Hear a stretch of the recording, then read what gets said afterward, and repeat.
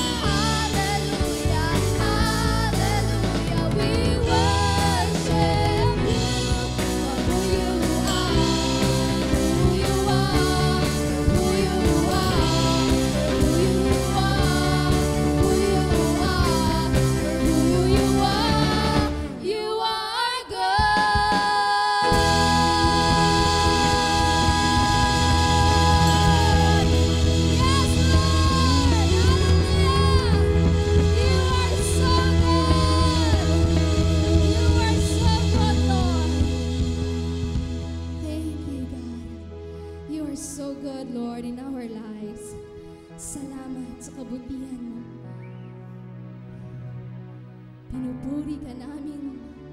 Sinasamba ka namin sa lugar na ito, dakilang Diyos. Ikaw ang maitaas sa aming kalagitnaan. Tanggapin mo, Panginoon, ang aming mga awitin. Hallelujah.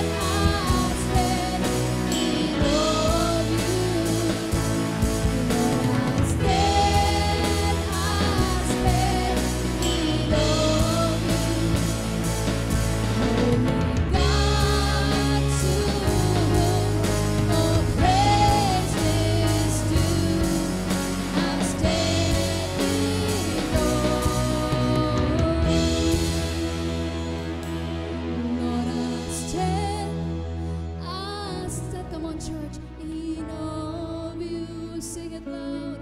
Lord, I stand in awe of you. Holy God, to whom all praise is due. I stand in awe of you. I stand in awe of you. I stand in awe of you. Yes, Lord, we stand in awe of you, oh God. Ngayon po ay sineselebrate po natin. February is actually the, sabi nga nila, love month po. Patungkol po sa pag-ibig. At ang buong February po ay ito po ay magiging patungkol po sa pag-ibig. Pero magiging kakaiba po ito dahil later on, marirealize po natin or makikita po natin kung ano po yung, ano po ba ibig sabihin ng pag-ibig. Amen? Kasi ang may akda ng pag-ibig po ay ang Diyos. Talagang ang tao po ay naghahanap ng pag-ibig. Amen? At nakita natin kung gaano kasakit, gaano kahirap para sa kanila. Amen? Dahil ang pinakamasakit na maranasan ng isang tao na naghahanap ng pag-ibig ay rejection. Sabihin nyo nga, rejection. Yan yung isang bagay na napakasakit para sa tao. Tama po ba? Yung hindi ka pansinin, yung baliwalain ka, yung parang hindi ka nakikita, walang nagmamahal sa'yo, or worse, pinandidirian ka, nilalayuan ka, yan po ang isa sa pinakamasakit na mararamdaman ng isang tao.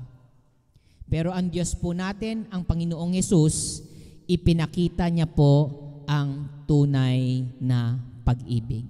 Amen?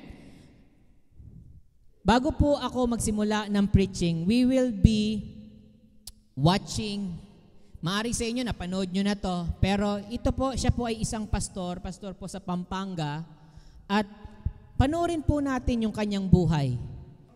Tignan natin, sa isang kalagayan niya or sa isang nakaraan niya, paano niya nakilala ang Diyos sa nakaraan niyang napakadilim, sa nakaraan niyang kung saan walang tao ang gustong magmahal sa Kanya. Amen?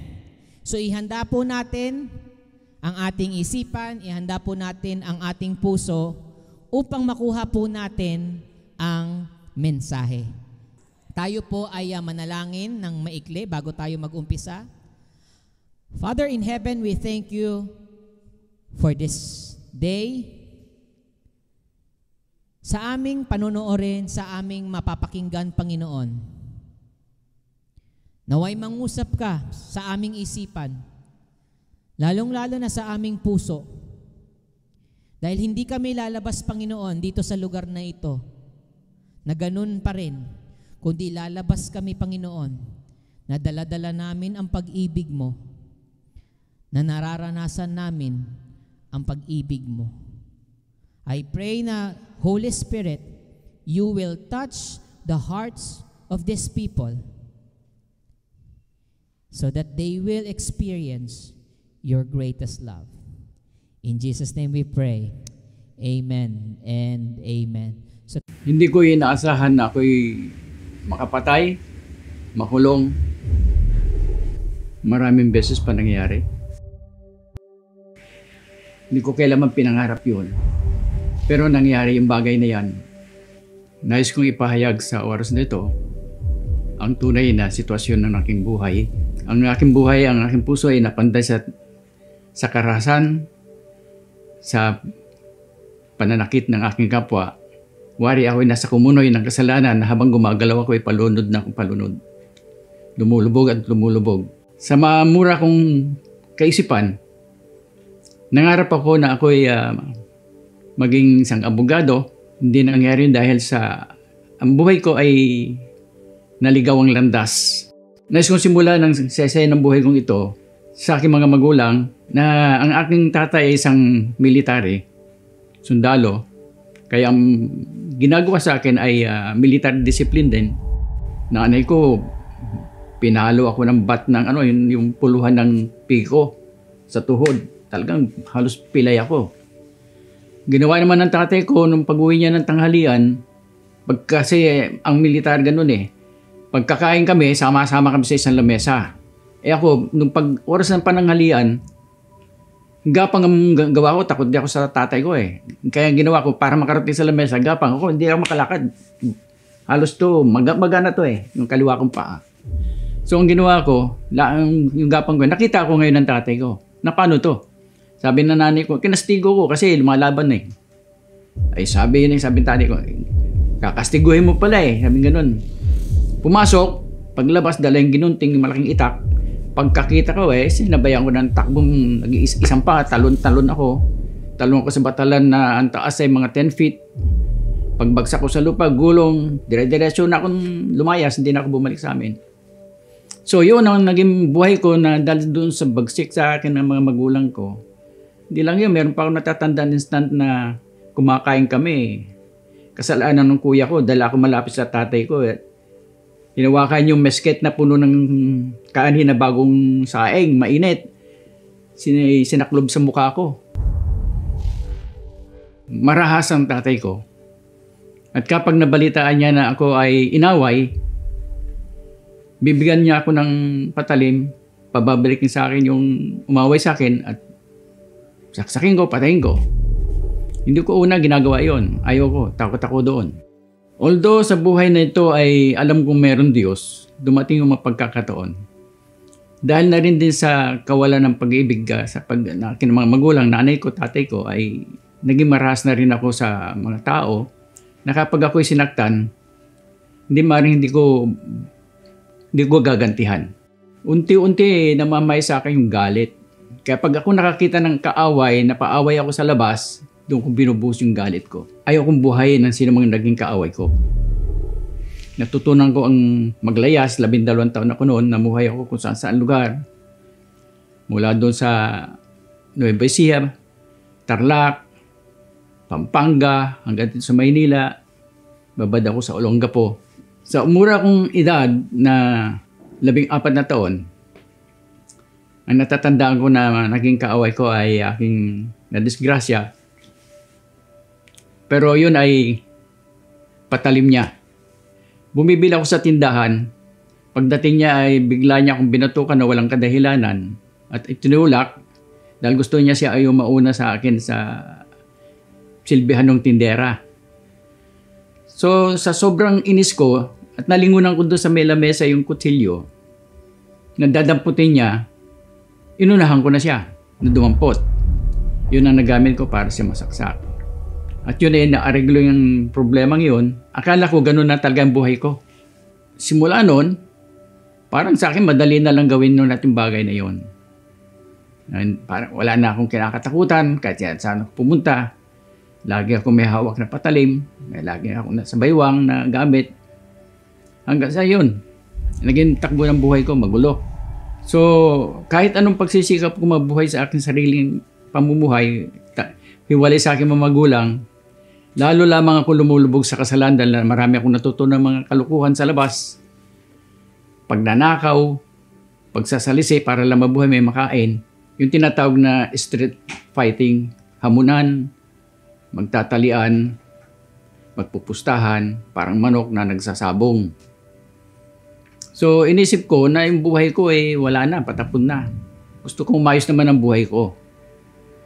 So, siguro 5 beses pa ako noon na nakapanaksak ng tao. So, doon sa sitwasyon na yon, nais kong baguhin naman takbo ng buhay ko para nakakasawa naman yon. Kaya pumasok ko sa pagkasundalo. Makakahawak na ako ng baril.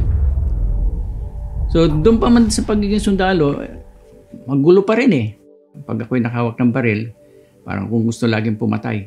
Natanim sa isip ko yun. Wala akong katahimikan, walang kapayapaan. Pero nagdadasal ako. Hindi ko alam kung nakikinig ba yung Diyos sa akin ako. Hindi. Ang gulo ng buhay ko Alam ko lang mayroon Diyos. Umalis din ako sa pagsundalo dahil hindi ko rin magawa na Sinisigawan ako ng nakakataas sa akin, uutusan ako na labag sa kalooban ko.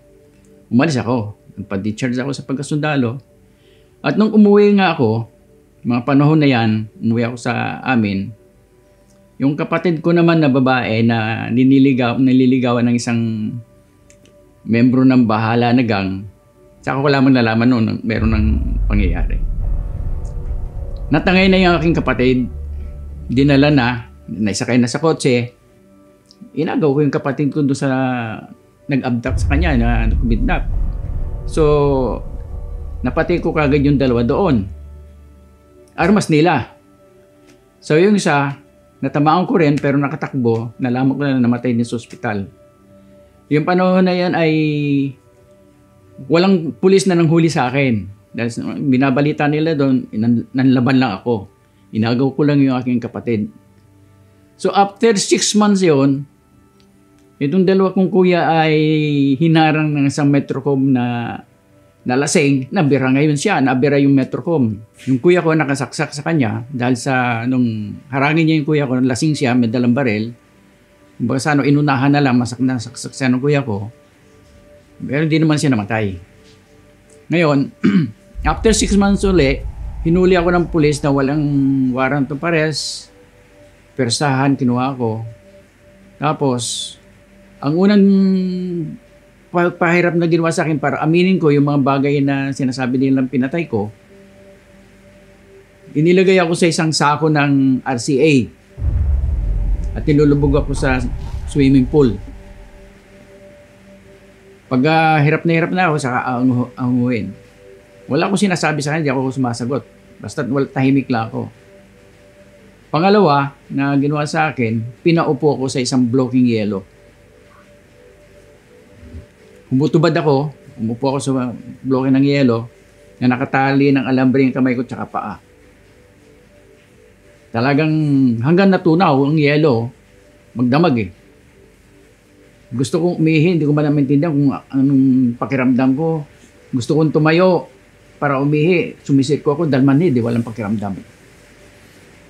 So nung medyo na nakakabawi na ako ng na nagagalaw-galaw ko na yung paa ko, may nakita akong baril doon sa lamesa na alam ko sadyang iniwan eh. Tinitignan ko nga, gusto ko nang dambahin para agawin. Puputo ko na, lalaban na ako. Pinapahirapan ako. Pero naniguro ko, tinignan ko yung baril, walang bala. So hindi ko ginawa. Maya-maya nagtawanan sila.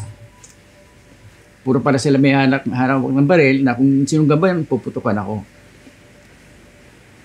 Yung pangatlong pagpapahirap sa akin, sa pagpapaamin sa akin, nakatali ang paa ko ng alambre at ng kamay patalikod. Inilagay ko sa babaw ng lamesa, ang ulo ko ay nakatunton, nakalampas sa lamesa, pinatungan ako ng gulong ng napakalaking gulong, na 6 silang nagbuhat kasama ring. Tapos, yung isang basong tubig na gano'n na pinagdikdikan ng sili, yun ang binuhos sa ilong ko. Yun ang napahirapan ako nung talaga nagsisigaw ako sa sakit. So sabi ko, gumawa na kayo yung statement mo, aminin ko kahit sino pa yung pinatay na yan. Doon na nangyari yung pumirma ako sa isang kasulatan na hindi ko nabasa, basta ginaguide lang nilang kamay ko, nakapikit ako, hindi ako makakita, sige sulat ko ng pangalan ko. Nasintensyahan ako na kulong, pero lalong dumating sa aking kalooban at kaisipan ng gusto kong pumatay ng pumatay. Naunahin ko yung pulis at yung judge na gumawa sa akin ng kalokohan. Dahil sa husgado, wala akong abogado, nung sabi ng judge dun sa bata na, sige, turo mo kung sino nakita mong pumatay, ang tinuturo ng bata ay yung katabi ko. Hindi ako. Kaya sabi ko, judge, pwede mo magsalita. Itong kasong itong kasulungan binibista ay sa akin ni pinapatong. Pero itong batang ito, sabi ko, hindi ako ang tinuturo. Ibig sabihin, naturuan lang itong batang ito. Nung nagsalita akong ganun, hawakan ng police arresting officer yung kamay ng bata, ibinabalik sa akin, sabi, ito sumaksak na nakita mo. Hindi yan, ito yun. Ang tinuturo yung katabi ko. Nagsalita ako ulit. Jazz, narinig mo niyo naman. Tinuturuan lang po yung bata sabi ko. So, sugado ito nangyari. Ang sabi nung polis, isasalvage kita. So, sabi ng judge, sige, upo ka na. Ako nakakalam dyan. Nung sumunod na nung basahan ako, isip ko, lusot na ako. Wala na akong kaso dahil hindi naman ako, yung mismong bata, hindi ako tinuturo Ang ginawa ngayon, ako yung guilty. Napakiramdam ko, isasalvage ako. 6 to 12 years yung pagkasintensya sa akin, 6 to 12 years. Iniwanan ako ng escort ko doon sa korte, nakikiramdam na ako, sabi ko, delikado na to. Ang takbo ng isip ko ay lumaban na lang ng sabayan, mang-agaw ako, papatay na rin ako. Ngayon, walang lumalapit sa akin, walang pumapansin sa akin. Pumunta ako sa opisina mismo ng judge. Wala pa rin pumapansin sa akin. Lumabas ako ng pintuan dahil kasi yung pintuan ng sala doon sa hukuman, saka yung sa judge para may pinto. Pumunta ako sa CR. Pag may sumunod sa akin ito, mag-agawan na lang kami kung may baril. Yun ang tatakbo ng isip ko. Pero walang sumunod sa akin hanggang sa may isipan kong bumaba. Sakay ng elevator, pagdating doon sa baba, maraming pulis na nagbabantay doon. Ang holster kagad na may baril ang tinitignan ko, mang-aagaw ako. Wala naman pumapansin sa akin. So, ang ginawa ko, lumabas ako, pumunta ako ng Cubao, nanood ako ng sini. Natatawa nga ako pag maalala ko yun Kung ako yung masintensya at ako yung makulong, mismo sa kulungan ay natuto din akong gumamit ng drugs. Dahil sa sobrang gulo na ng takbo ng buhay, yung tinatawag nila ang red devil o sekunal, yun ang madalas kong laklakin. Pag nakainom ka pala noon, warprick. So hanggang sa ako ay madalas sa loob ng mabiyahe sa Muntinlupa, nasa kalooban ko yung gumante, ang pagiganti na sa isip ko. Kaya pagdating sa Bilibid, yun. Kung nababalitaan yung mga kaguluhan doon, hindi na ako nagpapahuli. In fact, noong unang dating ko doon, na maraming Manila Boy, hiwalay ang pangkat ng Bisaya sa Manila Boy. Ngayon, may abusado doon na lagi na lang akong binubuli. Lagi nagpapakita na parang lalaking lalaki. Kinukutusan ako, lalo ako nang gigigil. Kaya nung nagtawag ng kukuha ng pagkain sa loob ng kitchen, nagpresenta ako. Sino mga Bisaya dyan? Nagpresenta na ako. Pagdating doon sa kitchen, nanghingi ako ng armas. Nanghingi ako ng patalim. 2 binigay sa akin. Pagpasok namin uli sa aming brigada, sa Building 9, sinyasan na kami magkakasama dahil titira kami mga pangkat ng Bisaya. 2 yung gamit ko. Pag lock nung pintuan ng gwardiya, nag-umpisa na. Nanaksak na kami, kagulo-gulo na. Nung makadali na ako na nakapanaksak na ako, agaw sa akin nung patalim nung isang kasama ko, ako naman. So, pagkatapos noon, nilipat kami ng brigada, doon ako sumama sa pangkat ng Haping-Gulaki. Gusto rin ipatunay sa inyo, sa mga panahon na yan, ang takbo ng isip ko ay talagang wala nang pag-aalinlangan na puro kasamaan na lang maaaring mangyari sa buhay ko. Yung ginagawa sa loob ng Bilibid, lahat ng mga narinig ninyo, mga katiwalian sa loob ng Bilibid, totoo yun. Merong sistema doon na pustahan, magawa ka ng sinturon. Doon sa loob ng Bilibid kasi parang katuan na lang yon na makikipagpustahan ang magkabilang pangkat. Hawakan ng sinturon, pag naitumba mo at ikaw yung nanalo, palatandaan, lalagyan ka ng gatla. Maraming perang preso Kaya pinagpupustahan ang buhay ng tao doon parang manok. So tuwing mayroong ka mapapatay, binibigyan ka ng bilang pero guguhitan ka sa braso. Bali, ang aking nalo dito, 8 8 ang naging gatla sa aking braso. Palatandaan din na 8 yun natumba.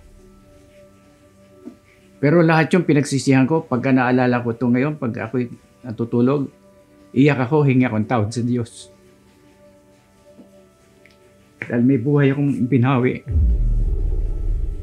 Hindi ko ginusto. Ang sistema kasi ng bawat pangkat ay ikaw ay dadalhin pag ikaw ay para masubukan. Palalabasin ka at mananaksak. Ang napili kong puntahan noon ay simbahan. Ang tawag doon ay Foursquare Gospel Church. Noong nasa loob na ako, may dalawa akong armas na nakalagay dito sa dibdib ko na ang pagitan lamang ay sinulid. Tapos naka-jacket ako. Ang pinagtatahan ko pagpasok doon, bakit ang mga tao masasaya na nagkakantahan, nagpapalakpakan, nagtataas ng kamay? Hindi ko pa naintindihan noong una yung pagpupuri ganun pala sa Diyos. Ang tingin ko, parang mga loko-loko. Pero nung bala ko na saksakin yung nagtataas ng kamay, kasi isa kilikili, madaling patayin tao eh. Nakataas ang mga kamay, nung gusto ko nang gawin, hawak ko ng parang hindi ko naman magalaw yung kamay ko para may pumigil sa akin.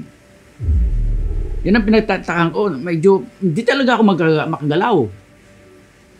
So, ang nangyari, hindi ko na ituloy yung gagawin ko hanggang sa pag-uwi ko. Ang sabi sa akin ng pinaka-leader ng gang namin, o sa pagkayang bukas walang bahid ng dugo sa'yo ko gagamitin, dinadaga ka na yata o baka pusa na sa dibdib mo. Hindi, sabi ko, nawala lang ko ng tsansa.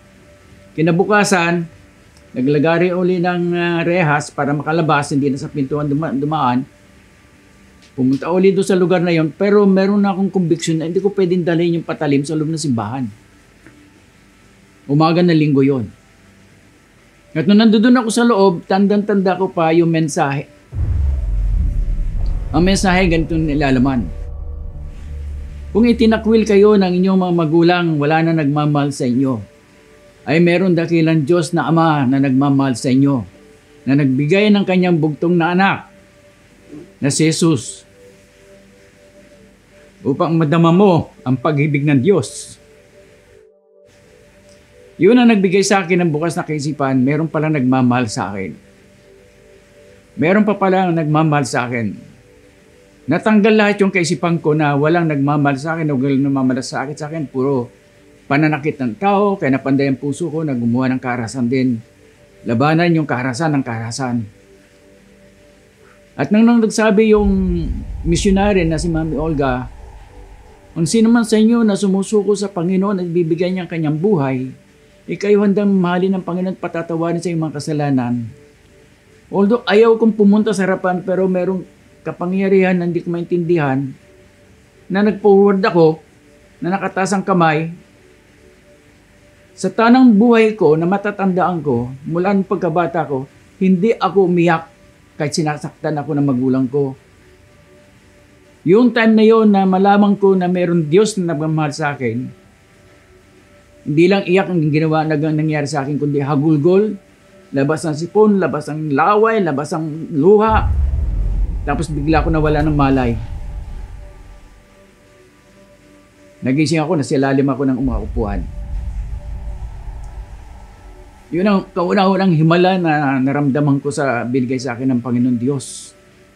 At nung ako'y umuwi, binalikan ko yung mga patalim, pauwi na ako, ang sambit kong salita ay ganito. Nagpe-pray ako. Kung totoo ka na naramdaman ko ngayon, bahala ka na po sa akin. Dahil hindi ako papayag na mapapatay nila ako. Nung ako'y malapit na sa aming brigada, naglabasan yung aking mga kasamahan na 11 kasi 12 pares, tawag sa amin 12 pares. Ako yung pang 12, tapos may isa pang 12 din, 12 rin na puro matirador yun. Lumabas silang lahat. Akala ko yun na makakasagupa ako, pero sabi niya sa akin, Kosa, hindi ka namin ibibigay. Ibig sabihin, kinampihan ako. So, ang sigaw sa akin nung pinakabosyo namin, alika dito. Akin na yung armas na yan. Akin na yung matalas. Buhat ngayon kung, huwag kang hawak nito. Kung gusto mong magpakabanal ka. Huwag kang hawak nito. Second na miracle sa akin ng Panginoon yun. Simula nun, hindi na ako inutusan. Bagos natutuwa pa sila pag ako pupunta sa simbahan. Ang nangyari noon, nung pagpasok ko sa aking kwarto, kasi pag ikaw ay ranking inmate, may sarili kang tao, may sarili kang pwesto o kwarto. Pag upo ko sa tarima, kumuha ko ng sigarilyo sa pagsindi ko, pag hitit ko ganyan, blackout ako. Nagising ako pang-4 na araw. Sinabi nila sa akin na 4 na araw kung walang maalay, pang-4 na araw nagising ako. Nung magising ako, nagkamalay ako, ayaw ko nang maamoy ang sigarilyo. Yun ang mga himalang naramdaman ko sa Panginoon, nagganap akong binago. Simula noon, pupunta ako sa simbahan para mag-Bible study, mag-prayer meeting. Ilang beses ako inambos, hinaharang ng mga kalaban namin pangkat para ako patayin. Para lang ako nakikipagpatintero. In fact, meron ako santama dito na nasungkit ng dulo ng patalim nila sa akin tanggiliran dito sa may lalim ng palikpik. Nung nagsawan silang kaharang sa akin, pag pupunta ako sa simbahan, pati pag-uwi, pinalalampas na lang ako na sumunod na, sige na ako sa, dala namin, good boy ka na. Yun ang starting point ko ng pagbabagong buhay. Hanggang sa nangangaral ako sa aking kapwa-inmate, nakakapasok ako sa mga brigada ng dati kong kalaban na hindi ako ginagalaw. Sa isang katunayan, hinamon kami ng aming missionary na mag-fasting. 40 tao kami na magpa-fasting. 7 kami nakarating hanggang 7 araw na fasting. Walang kain-kain talaga, yung tubig lang iniinom namin. Pagkatapos ng fasting, pumasok kami sa brigada ng mga Sputnik. Nagpatutudong kung sino ang aming pinaniniwalaan, sinasamba na nagbigay sa amin ng pagbabagong buhay. Maging sila doon na aming pinasok yung brigada kasi pag pumasok ka sa brigada ng kalaban, ipapadlock yan, 2 pintuan para yung papadlock. Kaya kung titirahin ka nila doon, papatayin ka na wala kang kawala. Pero doon ang himala ng Diyos, nakikita na namin yung mga armas nila, yung mga patalim na papunta doon sa harapan. Wala kaming ginawa kundi mag-testimony, umawit sa Panginoon. Kaya nung time na pare-pare sa yung mga tirador ng mga Sputnik na yan na may mahawak ng patalim, na hindi makatayo, ibinagsak yung armas nila, ang tanong, anong merong kayo? Sabay-sabay kami nagsalita, para kaming isang bibig lang na nagsalita, si Jesus. Yung buong brigada noon, tumanggap sa Panginoon. Ang tanging masasabi ko sa mga tao na nakaranas ng kawalan ng pag-ibig, kasakitan, sa mga magulang, sa ibang tao, hindi tayo mababago ng ano pa mang bagay. Kaya sa akin, hindi ako nabago ng bilangguan. Ang nakapagbago sa akin, ang salita ng Diyos. Kaya kinakailangan po natin bigyan ng pansin na ang tanging pag-asa ng tao ay si Jesus lang ang salita ng Diyos upang sa'y ganap na magbago at mabago ang kanyang buhay. Walang ibang paraan sa mundong ibabaw na ito, maging sa kulungan, maging ang Bartolina, kahit ano pa mang bagay, hindi pa kayang baguhin ng isang tao maliban sa salita ng Diyos. At ang salita ng Diyos, ang tanging kapag-asa ng tao para siya ay mabuhay, magbago. Kaya yung mga nakaranas ng kasakitan sa buhay, masasabi ko sa inyo, may pag-asa at si Jesus ang pag-asa. At ang simula ng pagbabago ay tanggapin si Jesus sa inyong puso, kilalanin siya bilang hari ng mga hari at Panginoon ng mga Panginoon sa inyong puso at sumunod sa kanyang batas. Ganap tayong mababago at babaguhin ng Panginoon. Araw-araw tayong babaguhin ng Diyos. Kung ang buhay natin ay susuko lamang sa Kanya. Si Jesus ay ginawa kong hari, Panginoon ng aking puso, ng aking buhay. Hindi na ako nabubuhay sa aga ng sarili ko, kundi ang kinabubuhay ko ay si Kristo na. Kaya kahit anong mangyari, kahit anong problema ngayon, ito ang pagkakaiba ng buhay ko noon at ang buhay ko ngayon. Noon, wala akong kakampi. Pagka may problema ako, ngayon may problema din ako, na Kristiyano na ako, ganap nakakakilala sa Panginoon, pero meron akong kakampi, meron nagbibigay sa akin ng kalakasan, may nagbibigay sa akin ng pag-asa, at lagi nakabantay sa akin kasama-sama ko araw-araw na di ako pinababayaan. Na kahit saan man ako pumunta ngayon, hindi ako natatakot mapatay, dahil mo ko, mabubuhay ako muli dahil sa Kanya na aking pinaglilingkuran si Jesus. Nung ako'y makalaya, 1976, June 12, nag-aaral sa Bible School, nakapagtapos. Ngayon ay patuloy na nangangaral ng salita ng Diyos. Naka-16 na taon ako sa bundok, doon sa mga Aita, parting Pampanga, Porac, na makaraming mga Aita doon na natuto mamuhay para sa Panginoon. Ang tawag nila sa akin doon, Apo, na kung ibig sabihin nun ay Lolo. Napakaraming bata doon na pag dumating ako, ang tawag sa akin ay lolo. Hindi ako magdadala ng supot-supot na candy, tinapay, biskwit. Dahil lahat yun parang apo ko. Sa tuwing mamimit ko mga batang yun, pinapangarap ko na pag-aralin sila, umanap ng sponsor kasi hindi ako pinag-aral ng nanay ko, tatay ko eh. Gusto kong umangat ang kanilang buhay. Maangkay sila sa magandang buhay na may paniniwala kay Kristo bilang Panginoon at pagligtas. At lahat ng kalalakihan doon, yung mga tatay, tinuturuan ko na mangaral ng salita ng Diyos mismo sa kanilang mga pamilya. Lahat ng dapat na magulang ay mayroong pagkaalam na mayroong Diyos na buhay na handang tumulong sa tao. Para hindi mapariwara yung mga anak na matutong mag-drugs, matutong magnakaw, matutong pumatay, hindi sumama sa masamang gawain. Dapat ang mga magulang ay marunong magturo sa kanilang anak ng tamang pamamaraan ng pagtuturo ayon sa salita ng Diyos. Hanggang sa ngayon, ang pangarap ko ay maging soul winner at makapaglingkod sa Panginoon ng buong katapatan. Walang sweldo, pero nabubuhay na mabiyaya sa Panginoon. Ang pinakamalaga sa akin pananaw ngayon, na nabuhay ako ngayon, binigyan akong pag-asa ng buhay upang makilala ko ang Diyos na dakila, ang Diyos na dapat sambahin, ang Diyos na dapat paglingkuran. Yun ang tanging masasabi ko. Dinalangin ko sa Panginoon nang ako'y mag-fasting ng 9 na araw. Nang bawat gat lang ito ay mapalitan ng 1,000 kaluluwa para sa Panginoon. Iniyak ko yun sa Panginoon. Kaya hanggang ngayon, sa edad ko na 71, hindi ako tumitigil na ipangaral ang salita ng Panginoon upang maraming makakilala sa Kanya. Salamat sa Diyos, binago niya ako. At ako'y nagpapatuloy sa Kanya ngayon.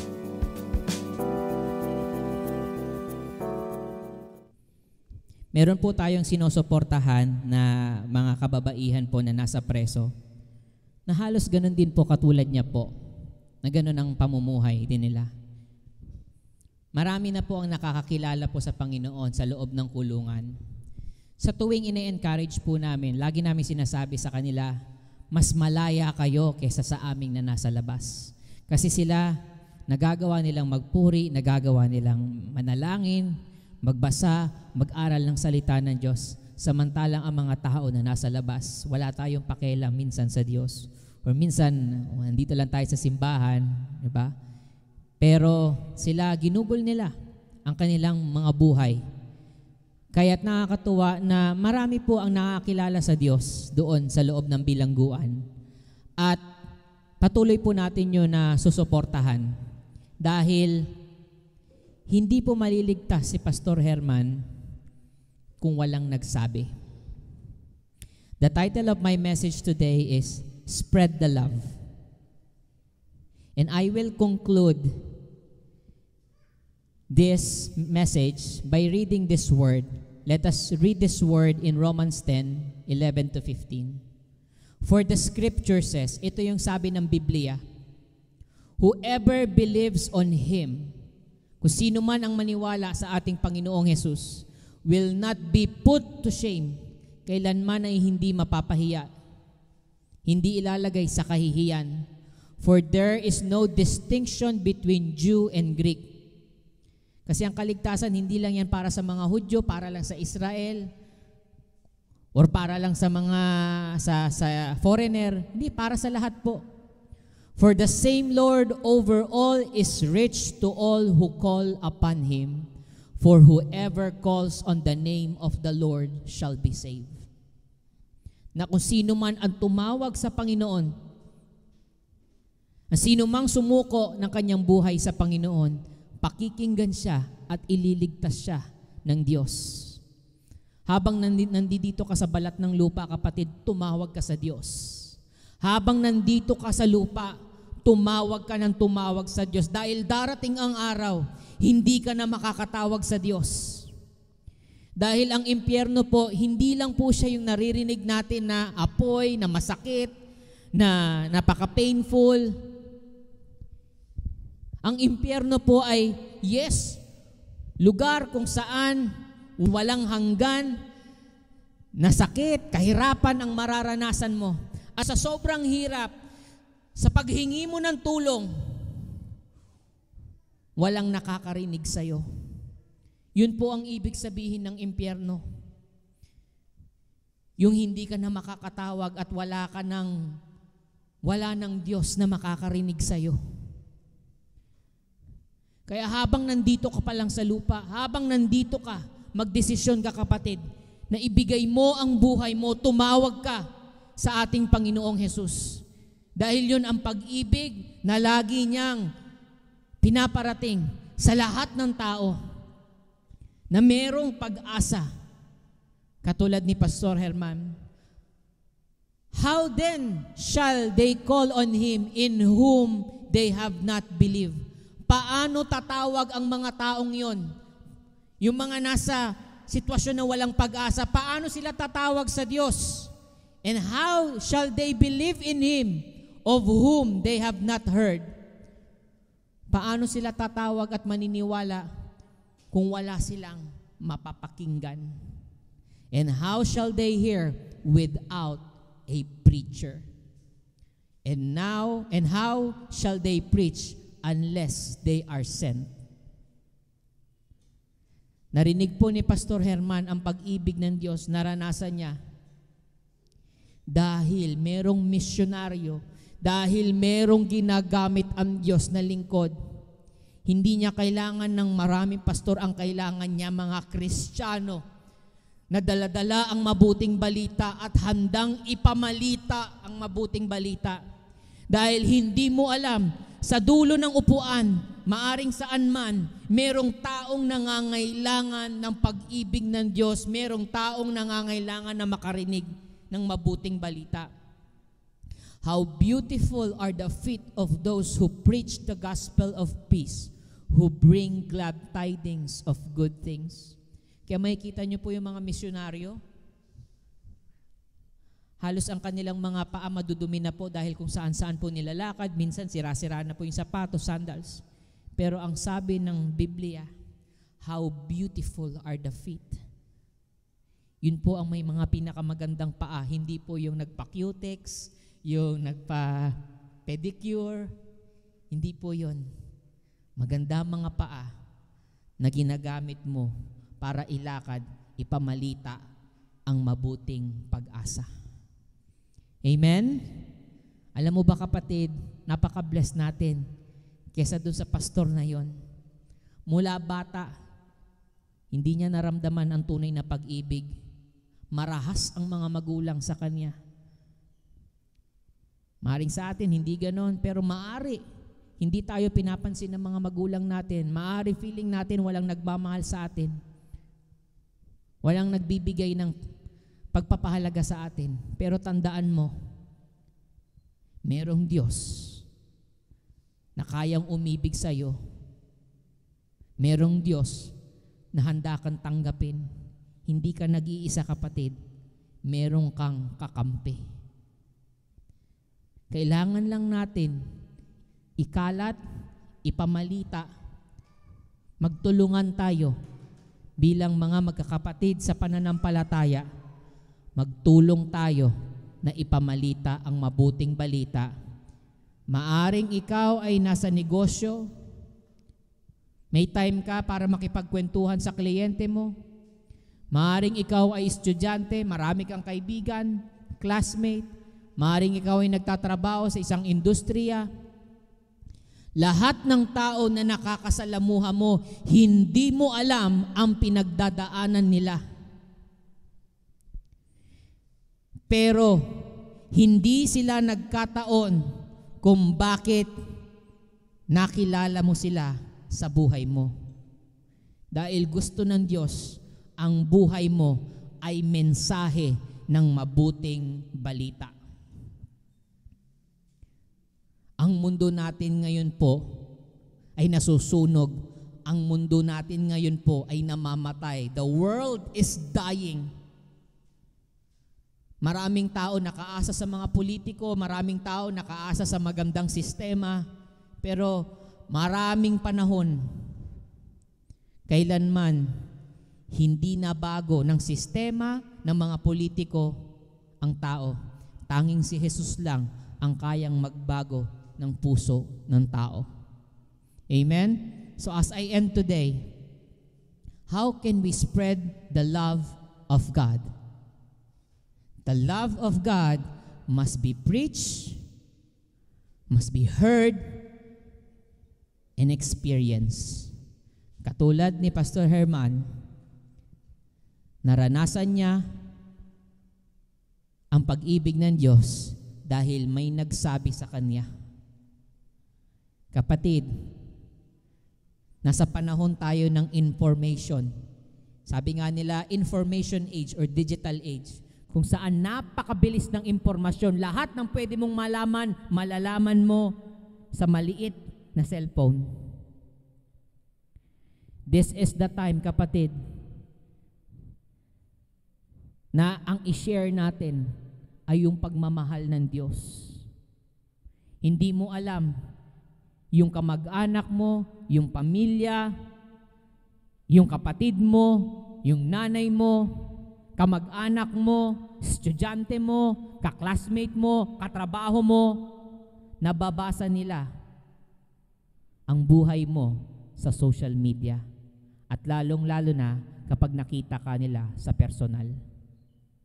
Kaya nakakatuwa si Pastor Herman, hindi siya pinag-aral, kahirapan, karahasan yung kanyang naranasan mula nung pagkabata, pero nung nakilala niya ang Diyos, umayos ang buhay niya.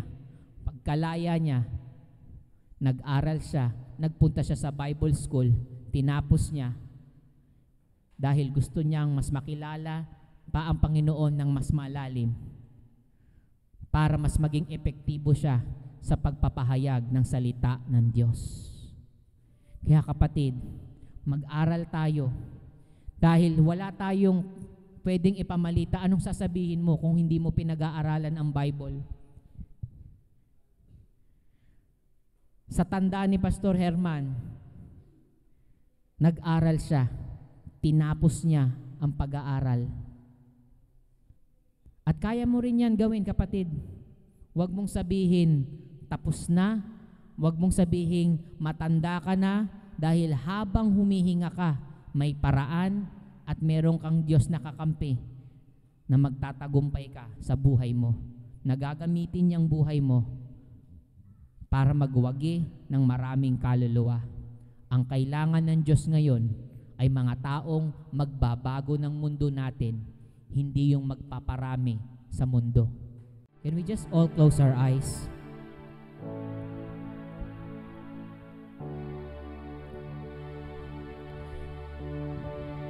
Panginoon, maraming salamat. Hindi kami, Panginoon, makakaranas ng pag-ibig mo kung walang nagsabi sa amin, kung wala kaming napakinggan na mabuting balita. Maaring imposible ang mga sitwasyon namin, Lord. Mga sitwasyon na nagpapahirap, mga sitwasyon na hindi maganda, mga sitwasyon na napakapangit. Pero pinatunayan mo, maging sa buhay ni Pastor Hernan at sa maraming tao na narito, Panginoon, na merong Diyos na kayang magligtas, na merong Diyos na kayang magbago. Maraming salamat, Panginoon, dahil narinig namin ang mabuting balita na pinadala mo ang bugtong mong anak, ating Panginoong Hesukristo, upang bayaran ang lahat ng aming mga kasalanan, talikuran ang lahat ng kasalanan, at kami ay lumapit sa iyo, at kami ay tatanggapin mo ng buong buo. Muli kang nabuhay sa iyong kamatayan upang patunayan na walang imposible at kaya mong baguhin ang buhay ng mga taong nananampalataya sa iyo. Lord, naway ang mga buhay namin ay maging instrumento mo upang kami, Panginoon, ay makalakad sa iyong kalooban na ang tanging layunin mo ay ipahayag ang pag-ibig mo sa lahat ng tao, sa lahat ng mahal namin sa buhay, sa pamilya namin, sa kamag-anak namin, sa mga kaibigan namin, sa mga classmates namin, sa mga estudyante, sa lahat ng tao na makakasalamuhan namin, Panginoon. Bigyan mo kami ng kakayahan. At ang tanging mensahe, Panginoon, na aming sasampitin ay ang mensahe ng mabuting balita na nanggagaling sa iyo. Maraming salamat, Panginoon. Ayaw namin na kami lang ang maligtas, kami lang ang makaranas ng pag-ibig, kundi maraming tao ang handang makinig ng mabuting balita. Lord, nawa ang mga paa naming ito ay hindi lamang sa loob ng iglesia, kundi gamitin mo kami, Panginoon. Dalhin mo kami kung saan dapat kami naroroon upang ipahayag ang iyong kabutihan, ipahayag ang iyong kapangyarihan, ipahayag ang iyong kaligtasan sa sangkatauhan. Gamitin mo ang aming bibig. Anoint us, O God, that every time that we will preach your word, people will hear your message and people will be saved in the mighty name of Jesus. Maraming salamat, Panginoon,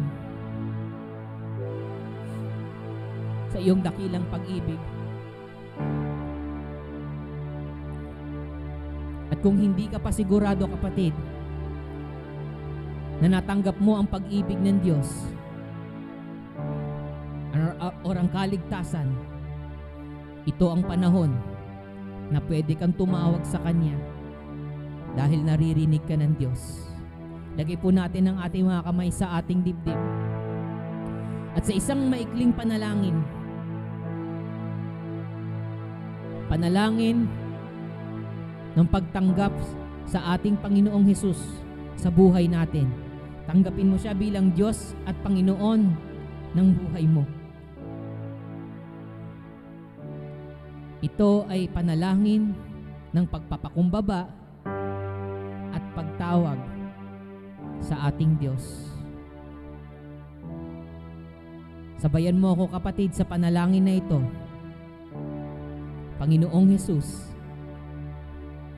narito ako. Binubuksan ko ang aking buhay, ang aking puso para sa iyo. Naniniwala ako na matay ka sa krus ng Kalbaryo para patawarin ang lahat ng aking mga kasalanan at muli kang nabuhay upang bigyan ako ng bagong pag-asa. Mula ngayon, tinatanggap kita bilang Diyos at tagapagligtas ng aking buhay. Mula ngayon, ang buhay na ito ay nasa iyong mga kamay. Ito ang aking panalangin sa pangalan ni Jesus. Amen.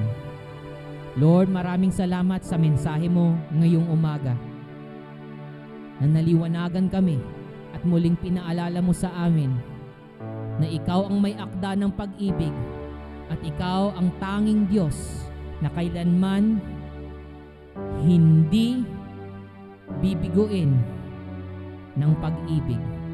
Maraming salamat. Maluwalhati ka sa mga buhay namin. Ito ang aming panalangin sa pangalan ni Jesus. Amen.